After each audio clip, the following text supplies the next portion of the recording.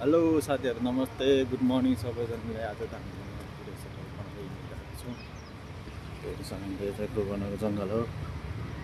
हेरेर हामी यसो हिँड्दै आइरहेको छु रहेछ ट्रक्क लाएर रुन्ची पनि आइछ। ल हिँड्नु नसकेको थाक्यो अहिले त पैसा नै आएको छैन अनि कुद्नु पऱ्यो नि त अलिकति होइन कुद्नै नसकेर यस्तै होइन।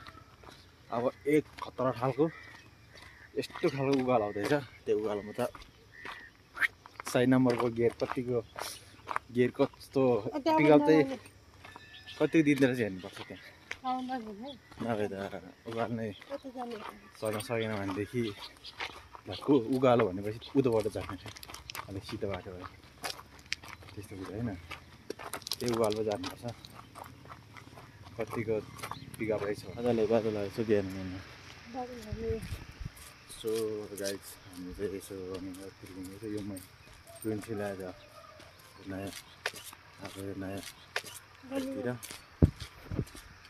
पुरै के लाग्यो होला कि नि हेर्नुपर्छ गाइज। यहाँबाट त्यही जाने हो। अब उकालो त आउनै बाँकी छ।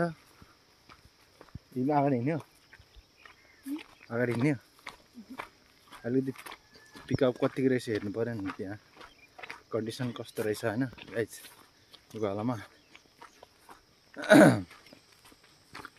बिहान एक्सर्साइजहरू गर भन्ने मान्दैनौँ।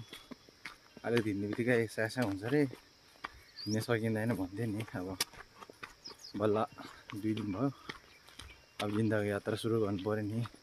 सुतेर मात्रै हुँदैन नि। अब नारीको पावर देखाउनु पऱ्यो क्या। नारीको पावर यस्तो पावर त्यही मात्रै यत्रो पावर मात्रै भएर हुँदैन नि त कि सक्दैन भन्ने पावर हुन्छ क्या अब यहाँ त्यो बेला थाहा हुन्छ।